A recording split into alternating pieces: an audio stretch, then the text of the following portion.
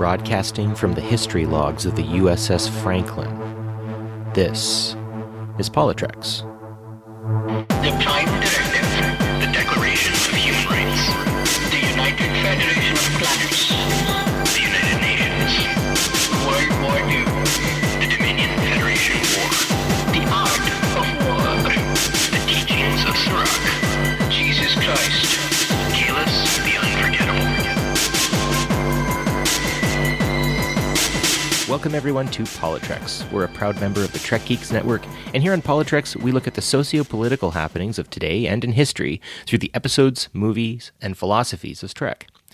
We have all of Krall's plans to destroy the Enterprise.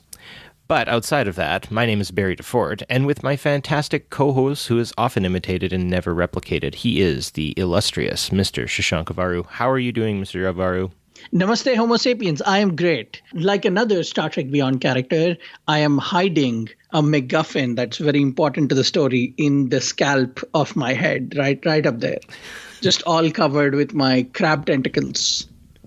You know, completely out of context, hiding a MacGuffin in your crab tentacles sounds a little bit like something someone would never want to find. What are you talking about? I have no idea. I don't know. Well, you and I have been gallivanting quite a bit with a lot of extra outside of podcast work. Mr. Ravaru, how have you been since the move? I have been great. I am now in a 2-bedroom apartment, which in American capitalist terms means I am moving up in the world. So while I'm enjoying that, what I'm really, really happy about is that there is enough distance between me and Zod in our apartment now. So there won't be as many bows and licking the microphone and wanting to be a part of this show when he's definitely not as welcome as he thinks he is. So I didn't know Dan Davidson was going to be on the show, but... I guess, my wonder is that other bedroom where you're keeping Zod, does it have a floating mirror? No, why would it have a floating mirror? Well, isn't that where you keep Zod, in the floating mirror that floats around through space? The Phantom Zone. Yeah. Well played. Very, very, very nice pun. I should have caught that one. No, yeah. I really, in long term, I'm hoping that my parents will come visit me next year. So that is awesome. When they come, there will be a bedroom for them. As much as I enjoy sleeping in the same room as my parents. I would say that, if your parents came, even if you had a one bedroom, they would have a bedroom to sleep in and you would have a couch. Oh, yeah. so you're ensuring you get a bedroom. You get the bedroom now. I get the small bedroom. Yeah. I'm sure they'll have Zod because he likes cuddling and sleeping and he's a dog. They'll just probably kick me out very nicely. Yeah, fair enough. Which I don't mind, man. They're my parents. Yeah. So if you are interested in getting a hold of us, you can always find us at PoliTreks on Twitter. We don't have much of a Facebook presence, but you can definitely engage with me, yours truly, Barry DeFord, on Camp Kittimer on Facebook and on Bjorn DeFjord on Twitter. Where can we find you, Shashank? People can find me on @gutter_hero on Twitter. That's GUTTER_HERO. You can also email me if you're brave enough.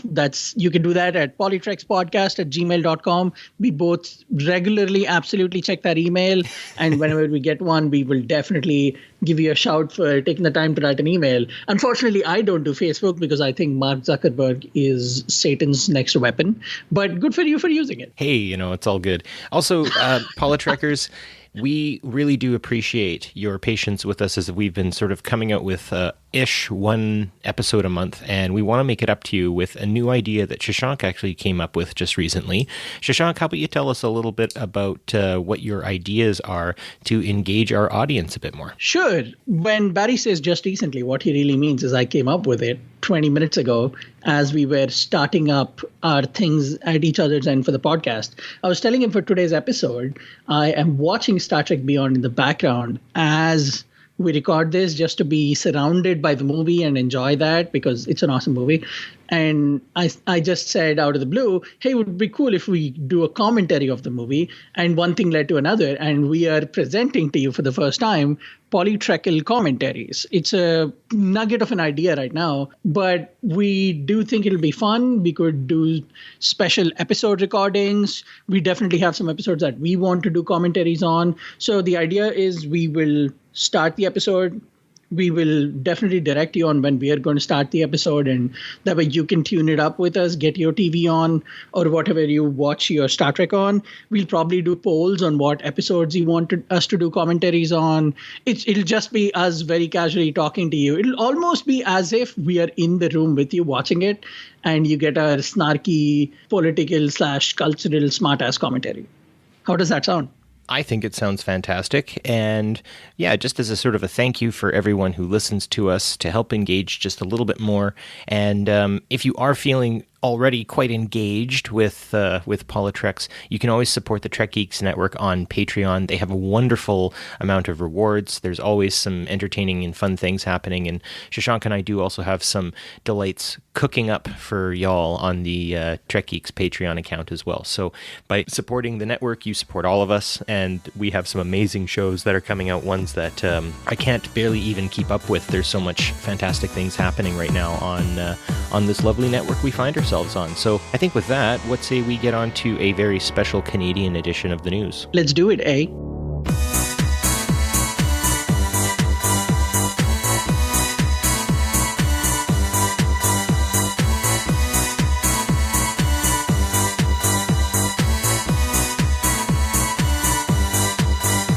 Welcome everyone to the news.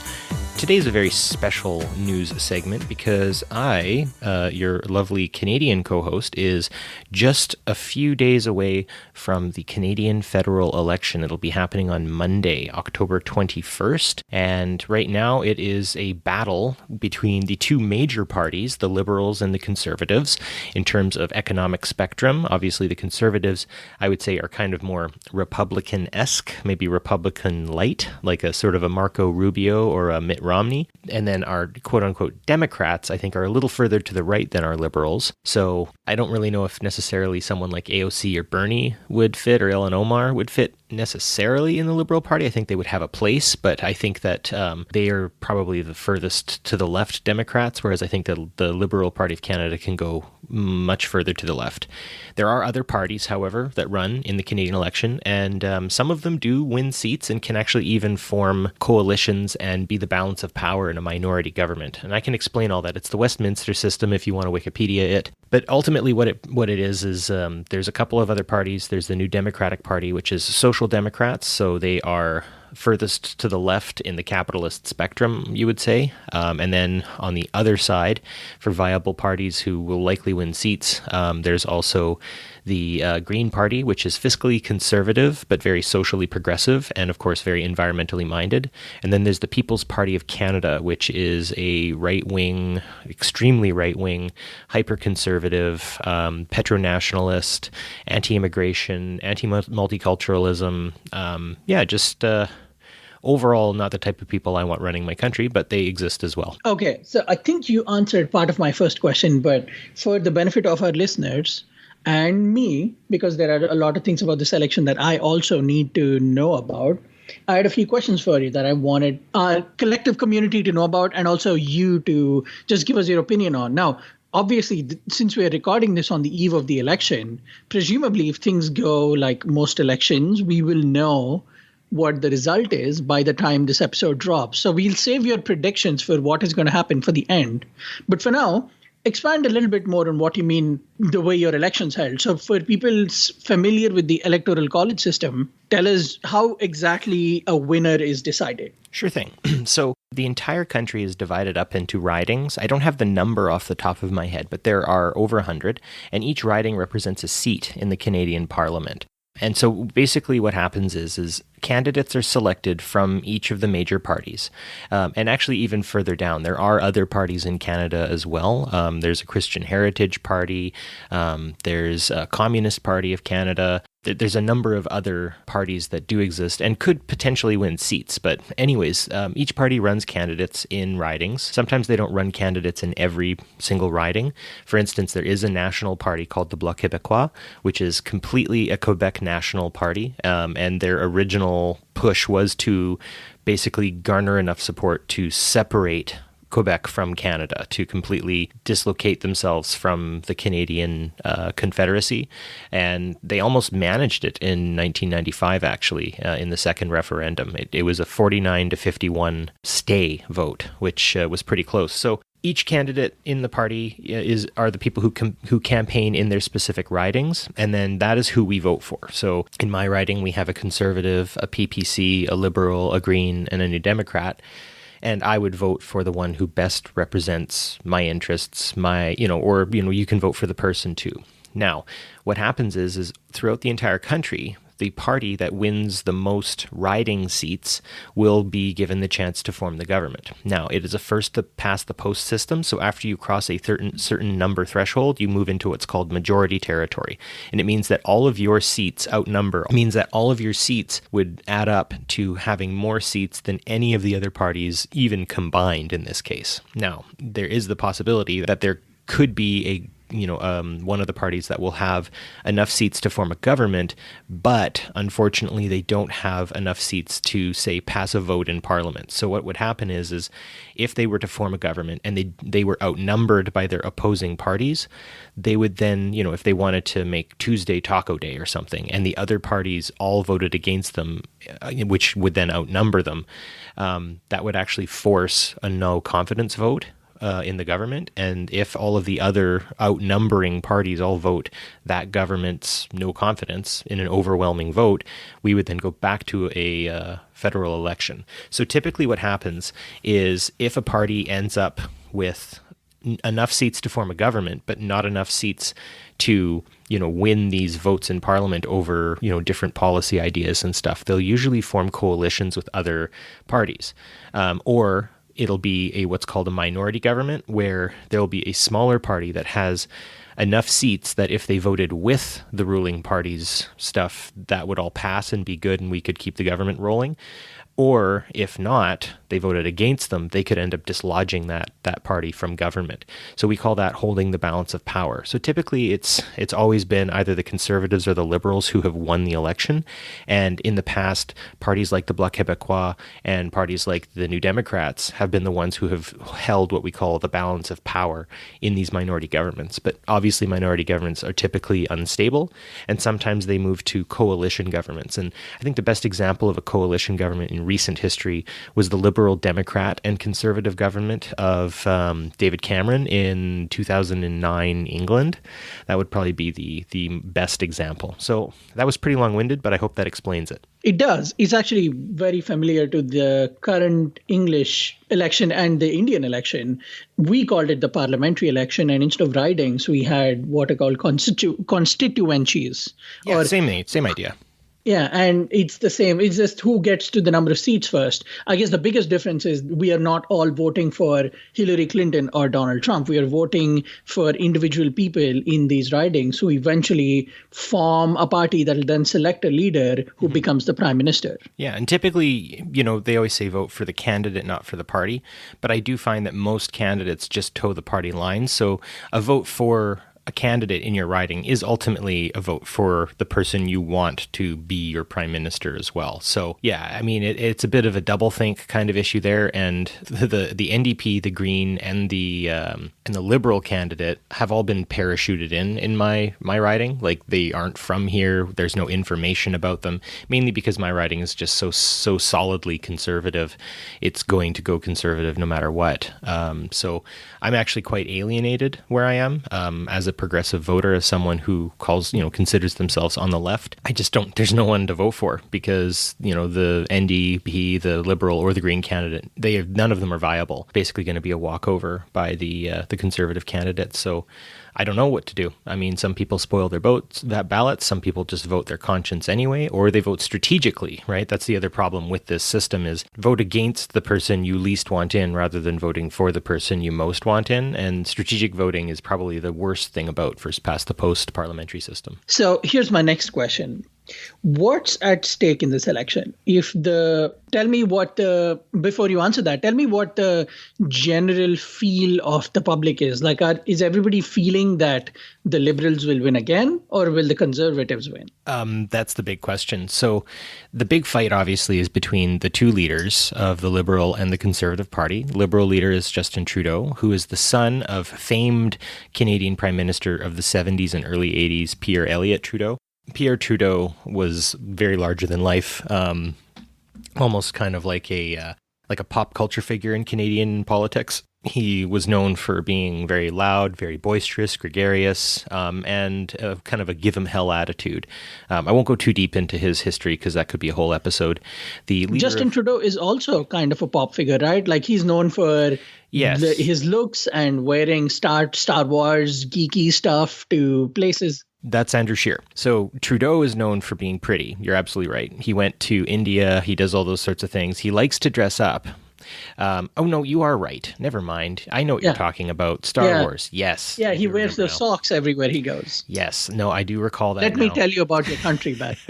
No, I forgot about that. I was just, I have on my list of things to mention, the Conservative leader, I will give him one thing, does in fact have an engineering division uniform, TNG era, and a PADD that he wears on Halloween and like walks around. And speaking to the Conservative candidate in my riding, that candidate has mentioned on several occasions that Andrew Scheer, the leader of the Conservative Party, spends a lot of time talking about Star Trek and The Simpsons. So in terms of pop cultural sorts of things, I think that the Conservative leader and you and I would all have quite a lot to talk about if we wanted to talk about Star Trek. However, the Conservatives are very much pushing for a review on our carbon taxing, so making sure that we're staying within the UN parameters. The Conservatives want to back off from that. They want to really, really push industry. So the big thing with this election is pipelines, especially is the viability or lack thereof of pipelines. There is quite a bit of petro-nationalism that's starting to form, especially out here in the West. So these are big issues. The other really big issue is the SNC-Lavalin case. I can't get too deep into that as well because that would be like a 45-minute news segment. But needless to say, some corrupty sort of stuff went on with people who have ties to the Liberal Party. Justin Trudeau's Minister of Justice tried to call people on it, and to save his skin, Justin Trudeau had her fired and shuffled her out of cabinet. And now Andrew Scheer is jumping on that quite a bit. But however, the Conservatives have also hired like Twitter troll bots to like troll people in other political parties and stuff. So it's a big fight. It's a big mess. Just really quick, the NDP's big platform is Fighting for You. They really want to push more social programs. They want a universal pharmacare. They want to increase and strengthen our healthcare system that we have and love so dear. Look at national transit. And the Greens, they're interested in like canceling student debt, pushing a fiscally conservative but environmentally conscious policy. And as I was saying, the People's Party of Canada, the PPC, want to limit incredibly the amount of immigration we have. They want to give provinces carte blanche on what they do with education funding and healthcare funding, and they want to push parliamentary rules to push for pipelines, even if, say, a province says they don't want that, or if a First Nations group doesn't want a pipeline going through, they would push it anyways. So it's a heated time, and there's a lot of division between a lot of people, and a lot of it's been cooked up by a lot of pro and anti-oil rhetoric. A lot of people kind of pushing for either the American or the European Union model of governance. It's a pretty tight race this time around. Okay, so this leads me to my final question for this news edition. Who do you think will win? I don't know. I really actually don't. The polls are very, very close. Justin Trudeau has made a dog's breakfast of his first term. I think in a lot of cases, he was actually pushing for proportional representation to change the way we vote. So instead of first past the post, it would be a percentage of seats for the percentage of votes, which then eliminates the need for strategic voting, or like a runoff system where you like put your first four choices or something like that. And he backed off of that. Now, he did legalize legalize cannabis, which I think was a good idea because it has decriminalized, it's done more than just decriminalize something that really shouldn't be a problem. But also the rollout was extremely disorganized and still isn't to where it should be. So there's that. I think Andrew Scheer is going to, as I was saying kind of earlier with the term carte blanche, the premiers of Ontario, Saskatchewan, Alberta specifically are waiting for him to take power. And if he does, they are going to push some severe austerity sort of stuff, I'm sure, which is going to ruin a lot of people's lives. So I don't know, party that has basically shown itself to be basically criminal, or a party that will run roughshod over the interests of people, environmental groups, and indigenous communities for a dying industry, right? Like, I mean, the oil industry is on its way out, and I don't know. It's almost becoming like this whole petro-nationalist, Canadian oil is the best oil. It kind of reminds me of like a cargo cult from the Second World War, when people were given a lot of good stuff by the Americans during the Second World War and then left and didn't quite understand why they weren't being supported anymore. So they started like making these like pretend airstrips and pretend walkie-talkies and stuff to try to encourage the Americans to come back. It really does sort of remind me of earnest human willingness to keep with something that really isn't going to help them in the end. We can adapt to anything, and unfortunately sometimes we also cling to things as well. So nothing against the cargo cults that existed in Southeast Asia specifically. It's just a neat sociological comparison that shows that humans are humans no matter where they are and no matter at what technological level they're at. Speaking of humans at their technological level, let's talk about a franchise that we belong to very proudly, in which people are at their technological level speak, or so they think, and then things happen. We are, of course, talking about Star Trek Beyond today. Our third or fourth, I don't remember how many of these PoliTreks off things we did. We did a bunch of them. You should go back and listen to all our episodes. What are we? I think this is our 27th episode. Well, it's more than that. I think we're cracking 30 now. Okay, great. That shows everybody how much in touch I am with the catalog of our episodes, but we'll keep crunching them out as long as you keep listening to them. Since we had all this election talk, I did want to tell our people, if you haven't read Star Trek Year 5, you definitely should. It's a new comic book series that's ongoing. Check out my reviews on treknews.net. #humblebrag. But there is a really good arc in which our Holy Trinity, Spock, McCoy, and Kirk land on a planet that have taken on these three guys as cult of personality figures. And then they find all these remnants of the old books of the Federation, and they build up their own version of democracy. It's pretty fascinating. You should check it out. It's awesome. Anyway, I actually have those comics here at my house. I just haven't read them yet, so that's good. Totally worth it. Definitely worth it. Some of the best Star Trek comics I've read in a long time. And believe me, I come at it as a critic. I'm very hard on Star Trek comics. If they're not the best, I would never recommend them. Nice. They're really good. You guys should check it out. Anyway, on to Star Trek Beyond. Hello, ladies and gentlemen. Just thought I would pop in with a post-election bit of information for everybody. The Canadian election resulted with a Justin Trudeau Liberal Party minority, where his party won 157 seats, which is not enough for a majority. The Conservatives now have 121 seats. They went up a whole 26 seats in total. The Bloc Québécois, which is the Quebec National Party, has gone up a considerable 22 seats from 10 to 32, whereas Jagmeet Singh's New Democratic Party, which were the sort of social democratic party, the very kind of Bernie Sanders group, they've gone down from 39 to 24. The Green Party, which is the fiscally conservative but environmentally responsible party, has gone up to 3 from 2 seats. And Maxime Bernier's right-wing populist party, the People's Party of Canada, lost its only seat, which was the party leader's seat. Outside of that, we have a lot of posturing taking place between all of the different parties and how they have sort of oriented themselves to the new normals that we're going to be seeing. But this has kicked off a large separatist campaign in the province of Alberta, which is a little saddening, annoying, depressing, and quite frankly, stupid. So with that update, if anyone has any interesting comments, please feel free to share it on our Twitter at PoliTreks. Now on with the main topic.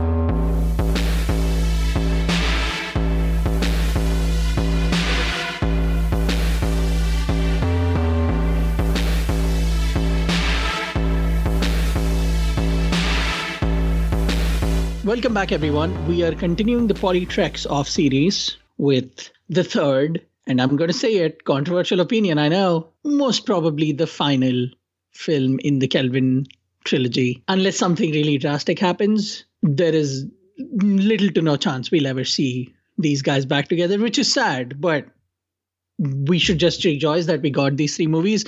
We have said many times on PoliTreks that this is the series that pulled us back into Star Trek, both of us. So we are very grateful for that. And we're grateful that we get to talk about the third movie and what I think is the final movie, like I said. And I think the writing was on the wall, especially around the time this movie was coming out. And if people didn't know by then, it's just one of those things that we kind of know, but we don't talk about. There are some fundamental things that they did on the series as a whole that I think led to the financial, not complete flop out, but disappointment of Star Trek Beyond. And one of them was this, and Barry has a big one that he will talk about, and then we will discuss that more. But one of the fundamental problems of the series was that they basically used the same plot structure over and over and over. If I say, hey, have you seen a Star Trek movie in which a guy comes out of nowhere, and it is a guy, comes out of nowhere with little to no resources, except with nothing but a motive to extract vengeance on one or all of the Federation, and they try to destroy it, and something happens to the ship in this movie, I could be describing Star Trek Into Darkness, or Star Trek Beyond. And the sad thing is, there was no evolution from that plot structure. There was no attempt made. And if you remember some of the problems that happened while Star Trek Beyond was being made, whatever happened to the events that led to J.J. Abrams not doing this movie, and then Simon Pegg coming in to write it. There were a lot of things that happened in the background, but I think the biggest failing is that all the three movies have a similar structure. And unfortunately, Beyond was the last straw for audiences. And it was sad that it came out during the 50th anniversary of the franchise. I don't know if we deserved better is the right thing to say, because it's a good movie. There are a lot of things about it that work. But I do think the series itself deserved a better story than a retread of the first two movies, especially when it's such a big budget movie. And at the time, it was the only Star Trek thing that was happening. There's a lot that happened, and we'll get into it. But those are just the general things that I wanted to talk about, just get them off my chest, so we could continue on to talk about all the good things about this movie. You still with me, Barry, or did I lose you with my diatribe? No, you've engaged me even more, actually. And I do think you're right in a lot of cases that I think a lot of us knew that a fourth J.J. Trek movie was probably not very probable, even before this one was released. And that is a good point. I think that in a lot of cases, we seem to think that Star Trek has to be the Wrath of Khan every single time, or it has to be a let that be your last battlefield, or a Pale Moonlight. But I mean, if you look at the 24 episode-ish seasons of Star Trek throughout all of the different series in the franchise, you're going to see some kind of like Finding a Radio Station, I guess, where they're trying to sort of triangulate exactly where this series needs to find itself. I mean, I really think that has been the exercise that Discovery has been doing, is it has spent the first two seasons trying to figure out where it sits within the larger pantheon of Star Trek series. And I think Deep Space Nine did that. I think TNG did that. Even the original series didn't catch its stride off the bat. It had to reimagine itself to a degree to become what it ultimately would be. So, actually, J.J. Abrams' movies were the spring of the new golden age of Star Trek shows, because it was in a deep, deep, dark winter sleep before 2009 Trek came out. It was kind of like a sci-fi movie with a Star Trek skin, right? It was like a Fortnite character to some people. I mean, it was the Star Wars of the Star Trek movies. Right, and that's okay, because Star Trek is more than the sum of its parts in a lot of cases, and it can go in different directions. It's got a malleable framework to it that can move and change with society and with time. So I think that Star Trek Beyond, though we do have that sort of ennui of knowing that there's we're probably never going to see anything by these people or through this lens ever again. At the same time, I think that it had its due, it had its time, and it represents a transitional period that Star Trek has gone through to get to where it is now. I don't think it's learned all its lessons from the JJ versus little contradictions and issues, but I don't think Star Trek has learned its lesson about villains since, I don't know, Star Trek V? Unfortunately, the villains actually excel in the TV shows a lot more than they do in the movies. Yes, absolutely. Even if you think about Star Trek 2009, which is arguably the best movie that has come out since, I mean, the people have opinions, some would say First Contact, since Star Trek 5, it still has a villain problem. That is, we are so lucky that there are so many good things in spades that we could ignore the villain problem in that movie. Anyway, let's get to Star Trek Beyond, though. Give me your initial, where were you when you saw the movie? Do you remember that? How did you see the movie? And what was your initial reaction to it? How did you feel? Were there things that stood out to you right at the bat? Barry, go for it. We were just starting to podcast at this point, I think. We were just starting to get that kind of in our heads when Beyond had been out, I think, for like 6 to 8 months or something. So it wasn't in theaters anymore. I don't actually recall going to the theater and watching it, but I'm pretty sure I must have went with friends. It was enjoyable. I did like it. I thought it was fun. I thought it was I liked it because it was a little more crew focused rather than individual character focused. Like, we could argue that 2009 was about Kirk and Into Darkness was about Spock. And sure, that kind of works in and of itself, but I think that we got a much more rounded crew, which is where I think Discovery is going to go next, right? The first season was very much about Burnham. The second season was very much sort of another look at Burnham with sort of Spock characteristics, and now I hope we're moving into more character development without the oppressive weight of canon always yoking our shows. And I do think that that Beyond did a good job of nodding to canon, right? I always think of the Wrath of Khan scene with Kirk saying that he's too old and there's Bones, and they're talking about that and they're having a drink. And of course in this one there's the scene between Bones and Kirk, and they're talking about Kirk trying to identify who he is relative to his deceased father. So there's a lot of connective tissue here and there. It was such a throwaway little piece at the end, but it was important when Idris Elba's character, Krall, was saying that, we've done all these things, right? We've lost millions. I fought for humanity.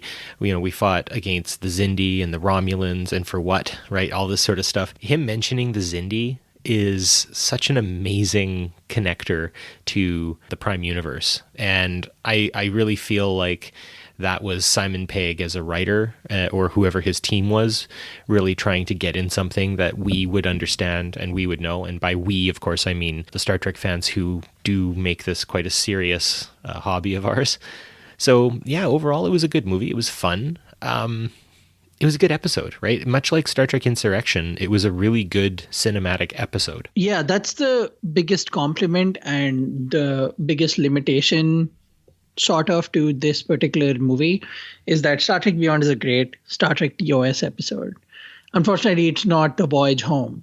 If you think about the movies, Wrath of Khan has a structure that's completely different from The Voyage Home or Our Voyage Home. And then if you think about it in a way, The Undiscovered Country has a different structure than these two movies. And First Contact has a completely different structure from all of the movies. So when I saw this movie, I believe I saw it in theaters. I saw it a couple of times. I was very excited the first time. Second time, I just went in there to catch all the Easter eggs and references and stuff. At the beginning of the movie, in his captain's log, Kirk says at one point, things are starting to feel a little episodic. When I walked out of the movie the second time, I realized, what a coincidence. That's exactly how I feel about Star Trek Beyond. Not to take a hit at the movie. I think they did the best they could with what they had, but that does not forgive them from kind of putting the final nail in the coffin of at least this particular direction of the franchise. I remember very well going into the movie that it was marketed like an action movie. Every trailer, every interview, every 30-second clip I saw was the one in which Kirk and Jayla are on the bike jumping into Krall's prison place. And they're both holding their hands as they get transported. And then there's the, let's never do that again scene. There is action in this movie, but at least to me, it's not an action movie.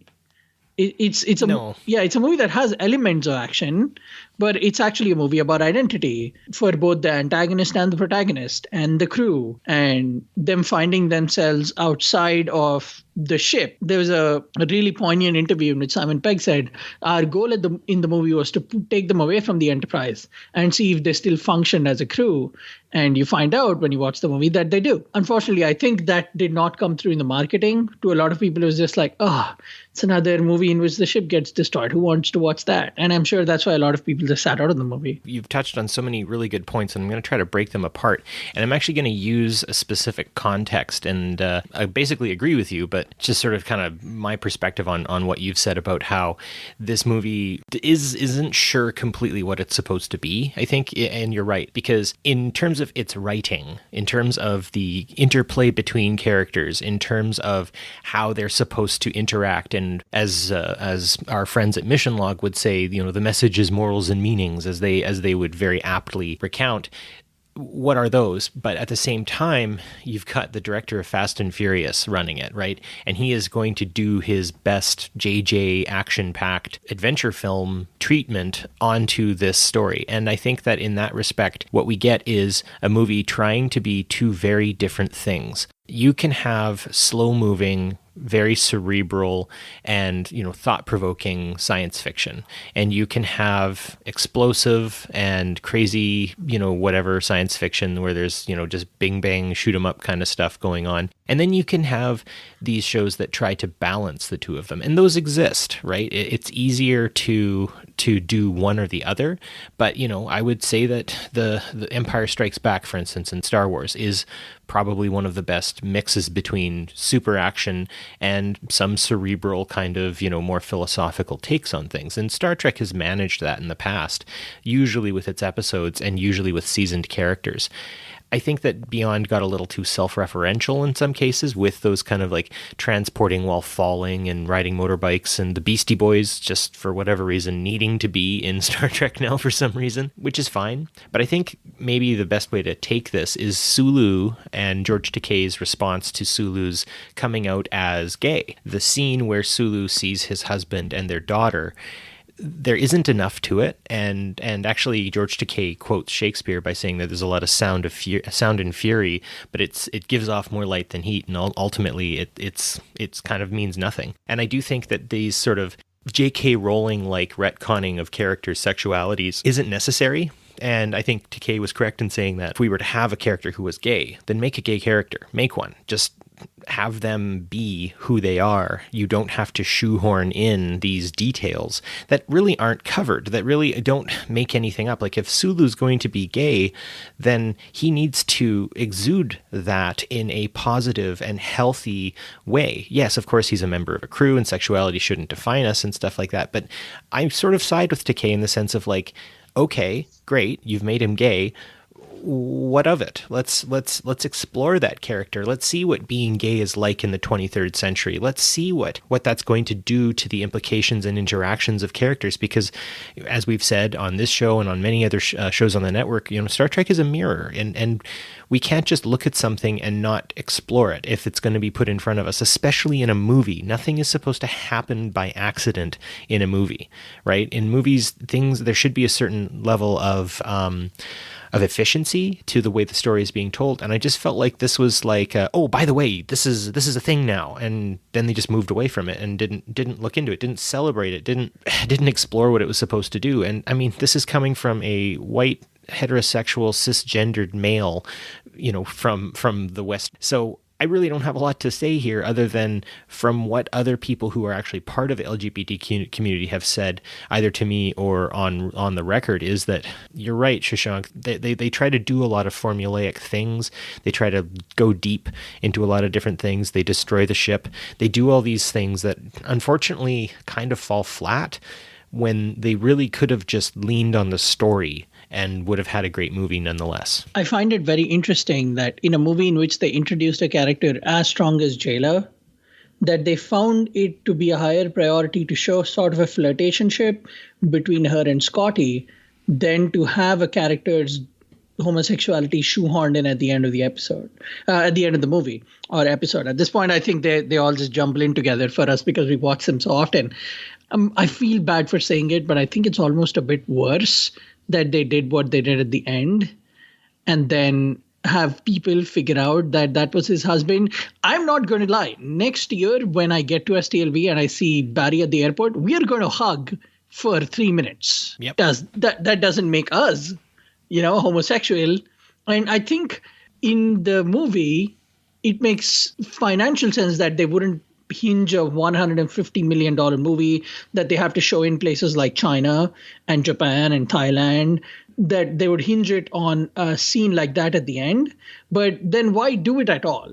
Just leave it out. We're trying to just bring people to watch a Star Trek movie. It was just the trying of it and the attempt that they took at it it almost made it a bit worse. Maybe that's just me. I don't know. Yeah.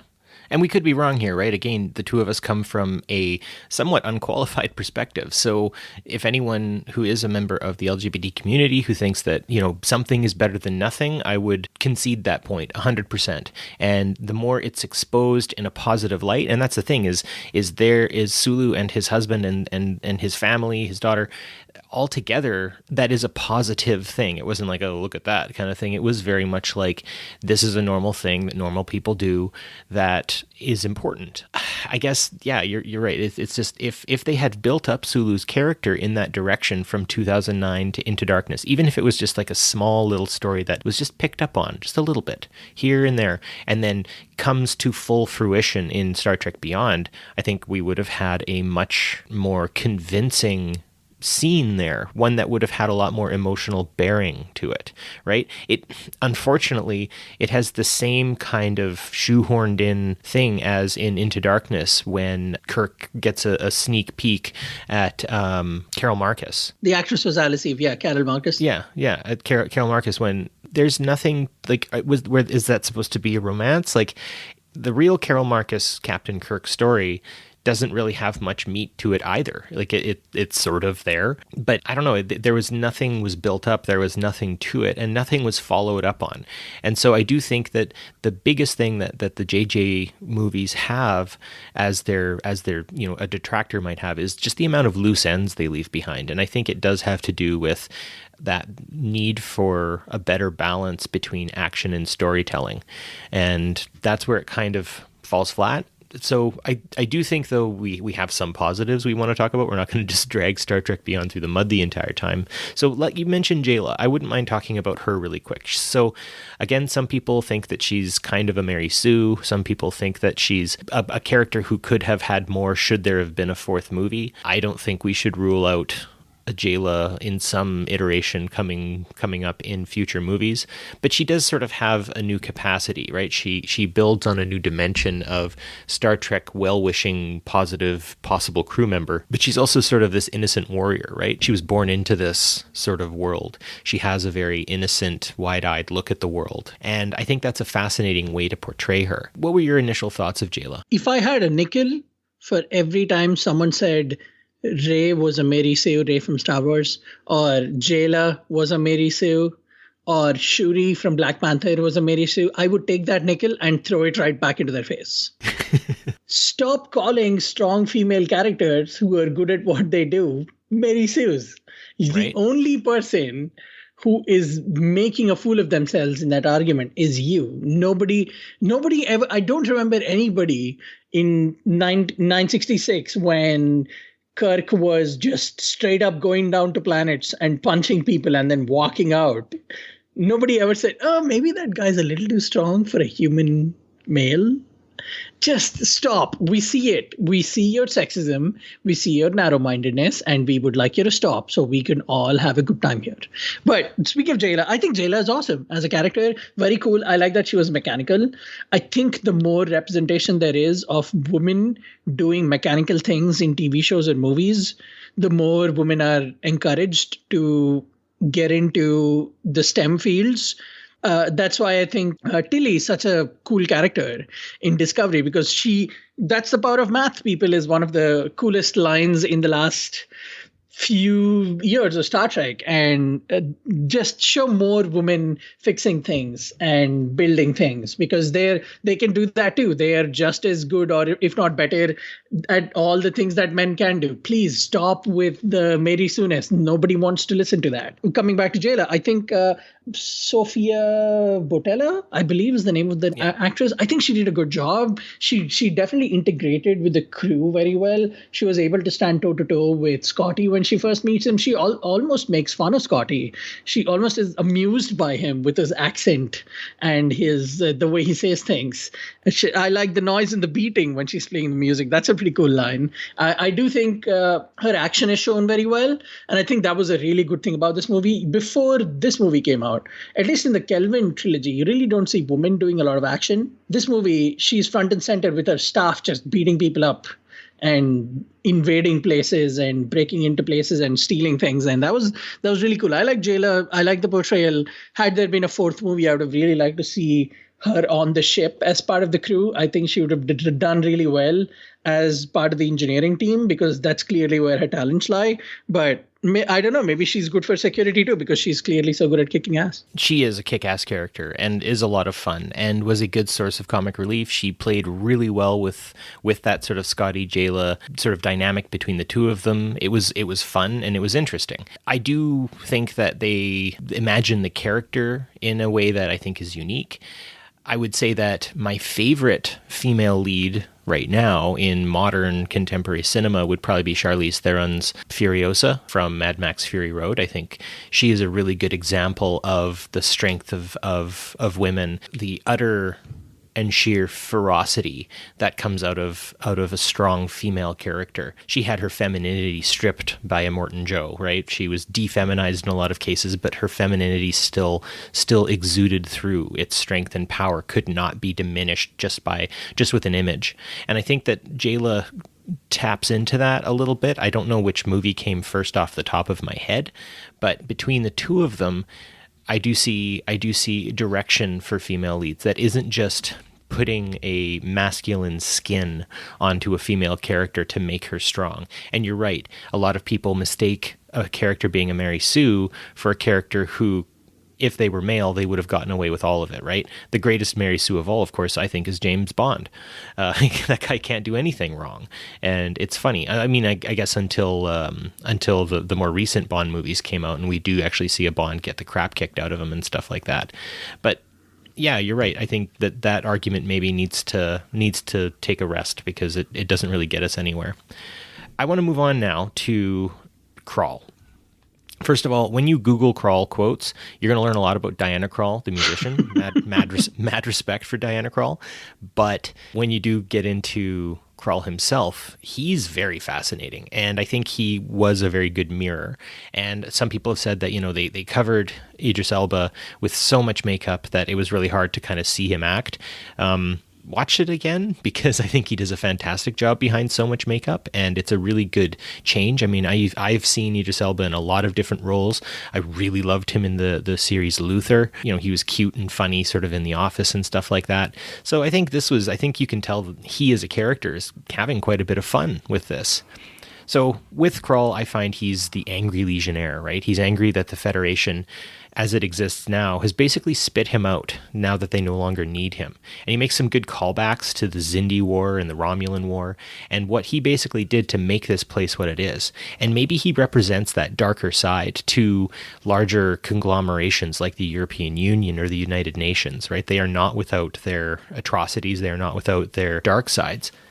And I think we do a lot to our peril in ignoring those things, right? I think obviously the United States has a laundry list of atrocities, though it still considers itself the bastion of freedom. I mean, tell anyone in Honduras that America is the bastion of freedom, right? Tell anyone in Southeast Asia, like in Vietnam or Laos or Cambodia, if America is a bastion of freedom, right? It has its contradictions, and sometimes it ignores those contradictions to its peril, and sometimes those contradictions rear their ugly head. We live in the age now of hyper over-militarized, very angry loners who are causing a lot of damage through mass shootings and, of course, this kind of divisive culture that is existing. And I think to some degree, Krall can occupy that space quite a bit. He knows what the Federation is, and he thinks that it's a lie. I wish they could have pulled on that thread a little bit more. I wish they could have sacrificed a bit of the, ship-destroying...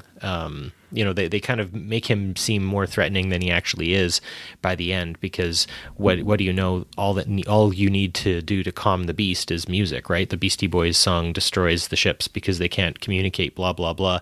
I guess, what destroys this very, very important critique that this character is putting on the Federation? Oh, just, pop culture music. Let's just sink back into the collective amnesiac sleep that we have, where we can just rely on our nostalgia to get us through these hard questions, is maybe kind of how I took it from maybe more of a critical point of view. I don't think Krall was destroyed properly. I think he was just sort of ended like any other Star Trek villain, basically being the architect of his own destruction. But I don't think they actually resolved the contradiction that Krall was bringing up, and they actually, I don't even know if they recognized that was a thing. It's difficult for me to talk about these things, especially when we want to try to be positive, but I keep, despite myself, I keep finding these negative things that I want to just discuss. Let's talk about the Swarm. I believe that's what they're called. The Swarm is the little fly drone droids that are being sent out in the millions to destroy things. It seems like they can do anything. They can destroy ships. And nothing. Yeah. They can do anything and nothing.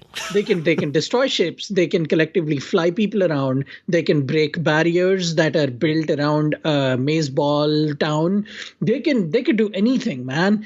And with that kind of weaponry, this guy could just not figure out how to get out of that planet. And he had the technology to build that swarm, but he did not have the technology to get out and, find a better life for his people. It's just there is so many contradictions in that place. But just the Swarm itself, yeah, you're right. The fact that they're just destroyed by music playing is one of the most disappointing endings to a plot thread since. Do you remember the movie Signs? Oh, do I remember the movie Signs? You find out that at the end of the movie, they're destroyed by water. Spoiler alert. Just why would aliens come to a planet that is majority water if they can? There is a science podcast that needs to happen outside of this. But the Swarm was, I really think when the pitch for this movie was done, nobody cared to actually put the logic of what the Swarm is. They were like, oh, it just looks cool. And I'm watching the scene right now. I'm close to the third act where they're all coming in and the Swarm falls upon itself while the music is played and it starts destroying itself. It looks very cool.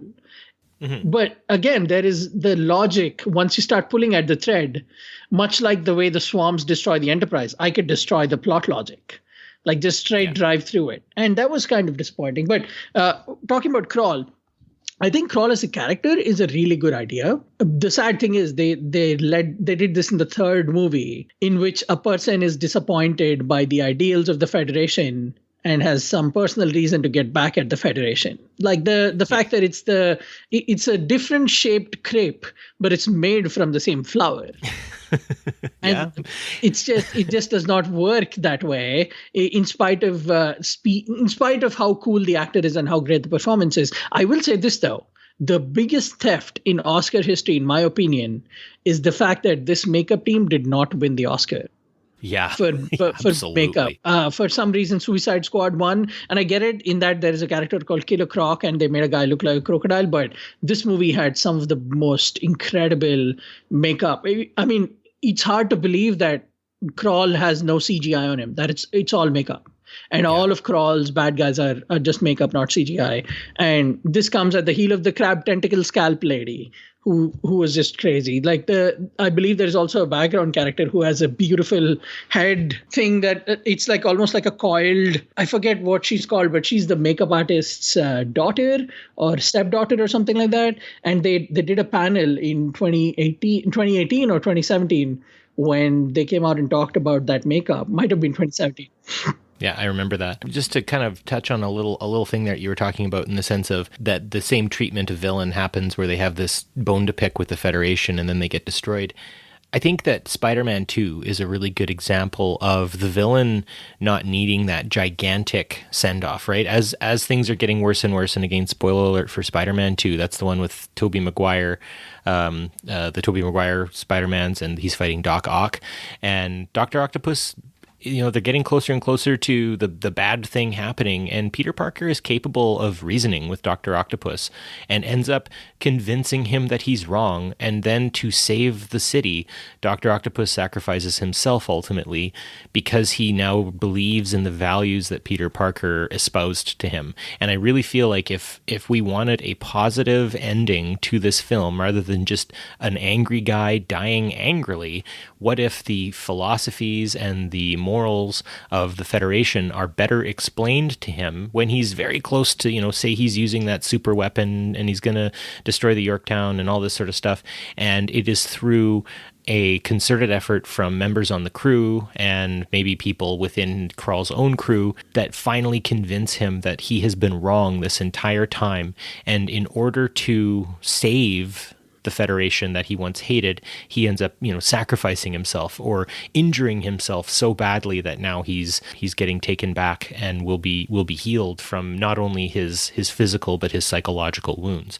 I think obviously that's how it should have ended, but yeah, it would have been better than him just like dying with a dirty look on his face. If there is ever a franchise in which things are made better by talking to each other, it's Star Trek. That they didn't think of that. I do believe if Picard was the captain of the Enterprise, he would have tried to talk him down. There is no attempt to talk him out in this movie. It's just, oh, you're bad, we're going to get you. Captain Kirk is coming to get you. And he gets them and he kills them and the movie's over. There is much like 2009, right? I'd rather die in agony than blah blah blah from you, right? Is what Nero says to Kirk when he says like, we are willing to give you aid if you want. Right then and there, we could have seen that interplay happen, and maybe that is something that was forgotten or at least wasn't thought of in a holistic sense by the people who put together this story. I wonder what Simon Pegg's original draft looked like, because I do see this movie was edited and produced for time. It's clear, and the fact that it's a $185 million movie and nobody once sat down and thought, hey, what if we do something Star Trek in the Star Trek movie? It's almost like the movie creators were working against Star Trek to try and not make it Star Trek, but make it more action and, full of, we could do the thing where people talk to each other and reason themselves out. But come on, how cool is it when Kirk is holding a phaser out in his new biker jacket while he walks through a dark room, right? Right? Come on. I mean, it's just... there were so many little things that eventually just led to like these things breaking down. But what I really enjoy, when it comes to Krall, is that unless somebody specifically tells you Krall is Idris Elba, there is no way you would know. No, absolutely not. That's props to the character, props to the makeup team, props to the acting choices that were made. But it's just, Krall is a good... Krall had the potential to be the best villain in this Kelvin trilogy. Just certain things just took him down. But the makeup is one that I really am always, every time I watch the movie, no matter what problems I have with it, when I watch it, I'm definitely thinking, wait, that makeup, man. Even Jayla's makeup is incredible. And it's so subtle, but it works on so many levels. The fact that you could see on her all the elements in which she was being, the fact that she was on that planet and a scavenger, you could tell that she had the elements of that scavenger type person on the very the outfit that she was wearing. She's very Magpie-esque, I find. If you're familiar with the mid-sized corvid, the Magpie, says a lot of stuff, very curious, very sort of vibrant black and white coloring. Yeah, just, I don't know. She does sort of remind me of that sort of, there's an innocence to her. You were just talking about Krall himself, though. We do finally notice it is Idris Elba when he's being portrayed as Balthazar Edison. But yeah, I mean, outside of that, the other characters you were talking about as well, Ensign Seal and Kalara, are all just so well make-upped. And I do think we need to give mad props for that. One thing I was going to just quickly kind of touch on as well is this does feel like a TOS episode, as we'd mentioned before. TOS episodes were rife with their sillinesses and stuff like that. And maybe we give them a bit of a better pass because it was the 1960s. But maybe to some degree that was what needed to happen, right? This episode didn't take itself quite as seriously as the other two. Would you agree? Oh, yeah, definitely. And I think that works in a way to the benefit of the movie. But speaking of that, just to go back to that one scene you were talking about where you do find out he's Idris Elba, I wish movies in general just got together as a community, everybody who made movies, and decided to retire the trope of people finding out who the bad guy is through a computer screen. I wish they would just retire that. Like, just stop doing the thing where I find out somebody's the bad guy through a monologue on a computer screen. That's like, there are so many better ways. You were saying Star Wars. Just look at Star Wars. There's not one place in which Darth Vader sits down in front of a monologue-sized webcam screen and goes, I am bad because this happened to me when I was part of the Empire. And just stop doing, please. Stop the trope of taking a character down to the size of a computer screen and people sitting and going, oh, now that I know that, he's a bad guy. It's just stop that. Anyway, going back to Krall. Yeah, definitely Krall. I think it was an idea that started out great, and then due to the things that happened, just ended up being good, which is, again, much better than bad. I'm just saying words right now. I get it, but it could have been something. It could have been a Khan-esque character had they really taken the risks that the character deserved, I think. There is a good character comparison philosophically between Kirk and Krall, right? Kirk says, my dad joined Starfleet because he believed in it. I joined it on a dare. I think that this in and of itself is what Krall's point is. Krall joined Starfleet because he believed in it, because he wanted to protect Earth, because he felt that what we had was something better than any others. And that kind of comes off as xenophobic, right? His reasons are very a lot more traditional authoritarian style belief in an organization. And I think you could probably speak to a lot of people who are in the high commands of several different military establishments and would basically side with Krall, I think, in a lot of cases. I think that when you see that sort of vapidity to Kirk and him diminishing his reasons for joining Starfleet, he said that, I joined on a dare. And technically he did. Obviously, he's not recognizing the deeper meanings and the deeper issues, right? Bones then responds by saying, you joined to see if you could live up to your father, right? You spent all this time trying to be your father. Now you're wondering what it means just to be you. And of course, Krall is a flip of that, right? He knew who he was when he was Starfleet. He knew what he was to do. And now that he's been spit out, he is this complete and total, just alienated, separated, angry, disassociated and disenfranchised person. And I think that's one of the greatest pieces of the story that Star Trek is trying to do here, because in that period when Beyond comes out, I think we start seeing the rise of the angry and the disenfranchised. And now they are causing elections to be won and lost in some cases. And it's their anger that is driving them. It is their feeling that things were better before.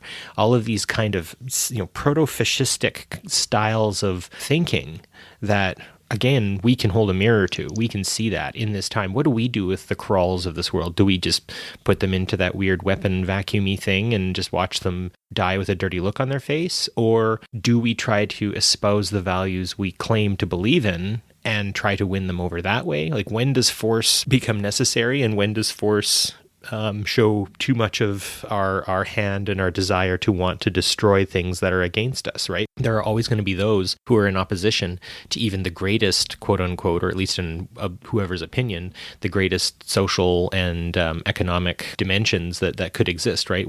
The Federation is a world without want in a lot of cases. And yet here is the unsatisfied, the disassociated, the left out, the cast off, right? There's almost a Luciferian connection to Krall. Krall he stands apart from the Federation not because of the values of the Federation, but in spite of those values.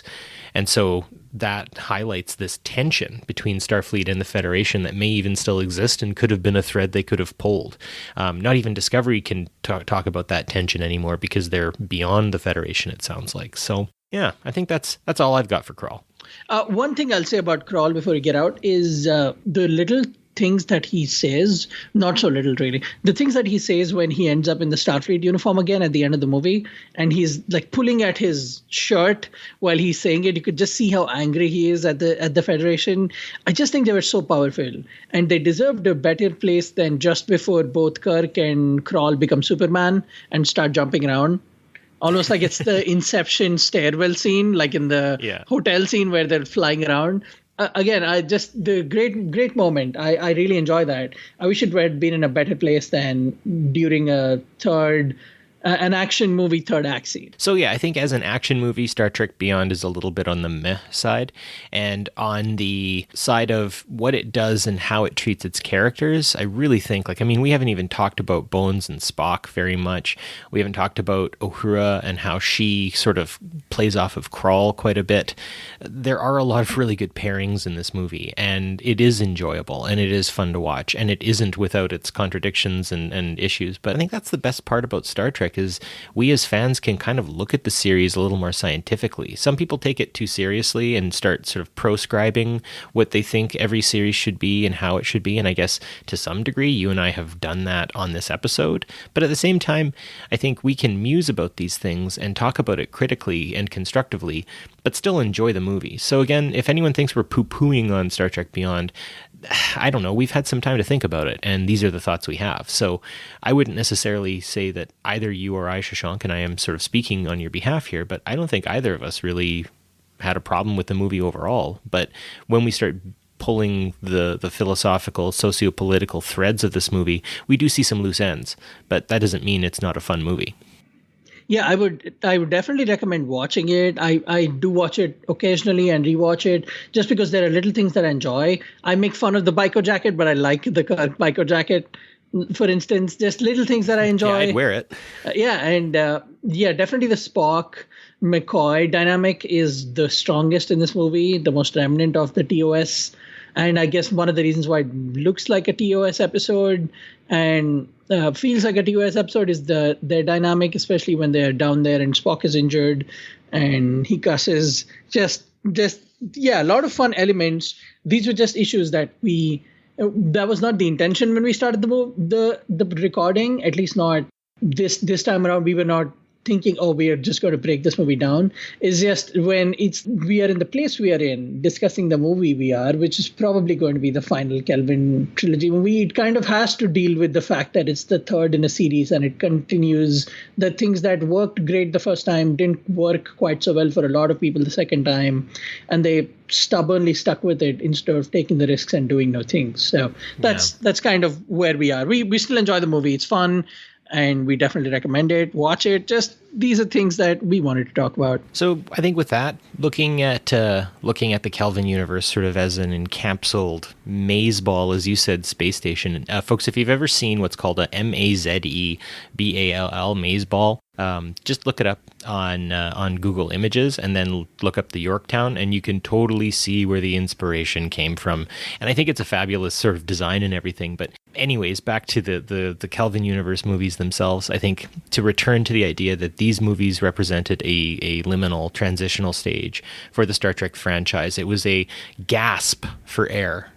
For something that had been sleeping, like a cicada.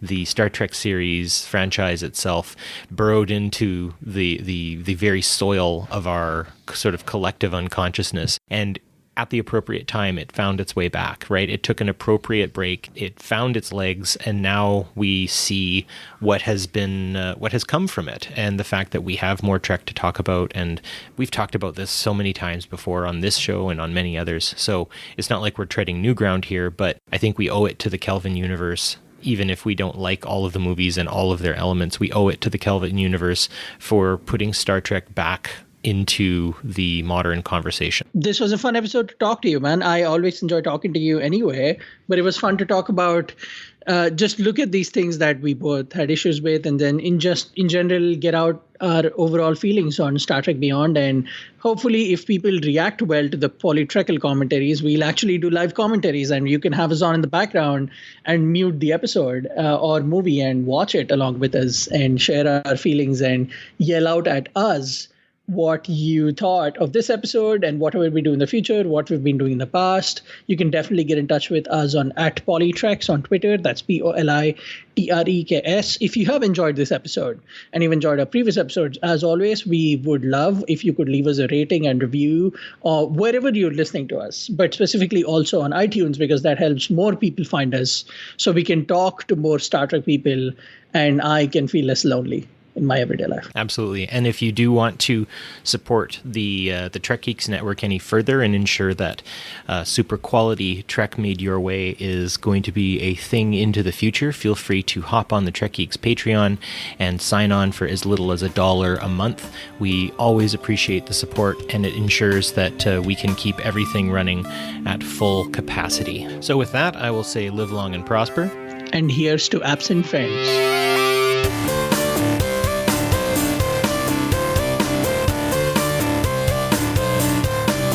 PoliTreks is a production of Coconut Media Works, executive producers Bill Smith and Dan Davidson. For even more Star Trek discussion, check out their other members of the Trek Geeks podcast network on Apple Podcasts, Spotify, and TrekGeeks.com.